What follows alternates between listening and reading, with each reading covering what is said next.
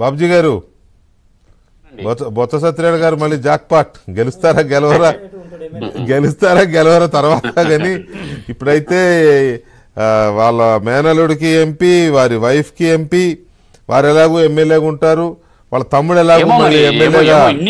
ఇన్ని ఇచ్చిన తర్వాత సత్యబాబుని తీసేయచ్చు కదా అక్కడ. ఎందుకు చేస్తారు భలే వాళ్ళు.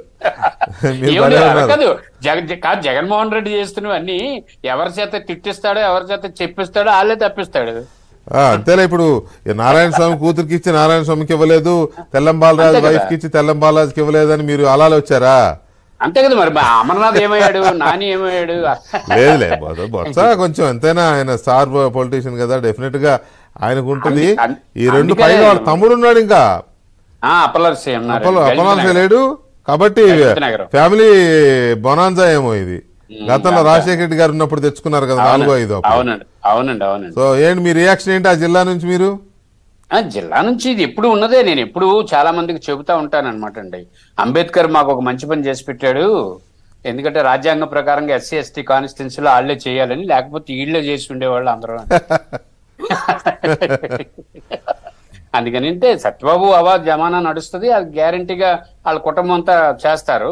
అయితే ఝాన్సీకి అక్కడ విశాఖపట్నంలో ఇవ్వడం అనేది గొప్ప విషయమేనండి.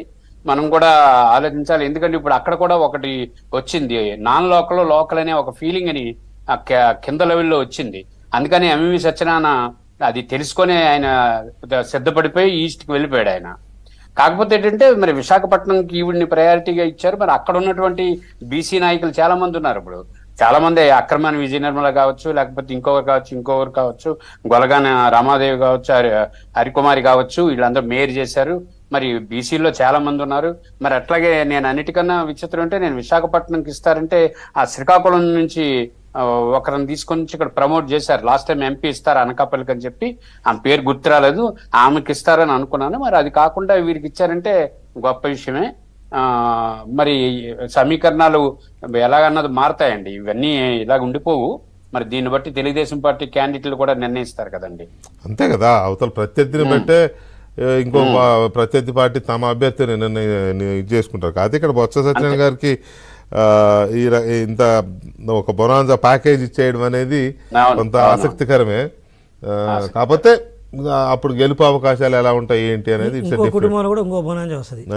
ఇలానే ఉత్తరాంధ్ర నుంచి ఇటు వచ్చినట్టు ఇంకో బొనాన్సా రాయలసీమ నుంచి కుటుంబంలో ఇంకొక పెద్దిరెడ్డి గారు, వారు కుమారుడు ఉన్నారు, తమ్ముడు ఇంకెవరు ఉన్నారు, తమ్ముడు ఉన్నాడుగా, అదే ఇంకొస్తారు ఇంకా. రైట్, మనం అసలు దీంట్లోకి వస్తే, ఇందాక టాపిక్ లోకి వస్తే బాజీ గారు మీరు చెప్పిన